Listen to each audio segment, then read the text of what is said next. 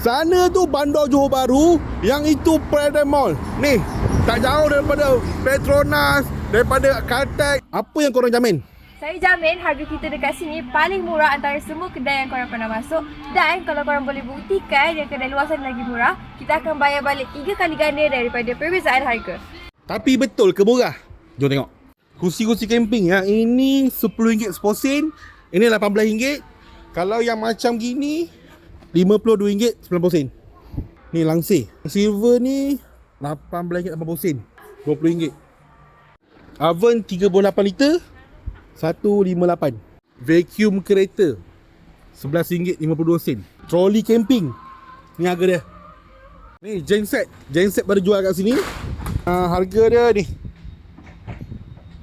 Ni meja-meja kaca yang macam gini.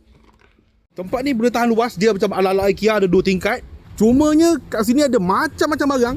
Daripada barang camping, genset, tools, barang kuih raya, baju-baju, mainan-mainan, semua ada. Atas ni pun ada banyak lagi barang-barang plastik. Luggage pun ada dijual kat sini. Yang besar macam gini 10920. Korang cakap je korang cari apa, aku rasa semua benda ada kat sini. Mainan-mainan Lego. Yang ni RM42. Yang besar ni RM28. Skateboard yang macam gini RM25.84. Pakaian-pakaian yang dijual kat sini, macam baju ni RM16. Yang ni RM8 lebih. Yang ni pula RM26.90. Kualiti dia okey weh.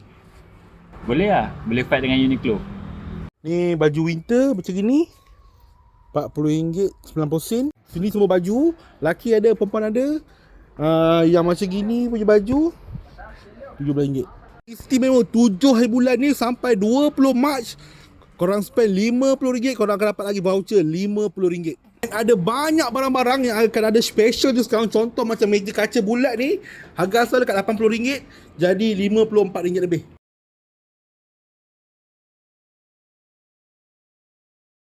Nak lagi best, daftar jadi VIP, dapat diskaun tambahan, waranti makin panjang. Harga dia 100, tapi dapat voucher 120. Contoh macam langsir ni, harga normal dia yang ini harga member, yang ni harga VIP. Tapi harga normal dia 23.5 ni, korang rasa murah ke mahal? Kereta boleh park kat sini, bocah-bocah boleh park kat sini. Okay, nama tempat ni Warehouse. Dia buka pukul 10 pagi sampai pukul 12 tengah malam.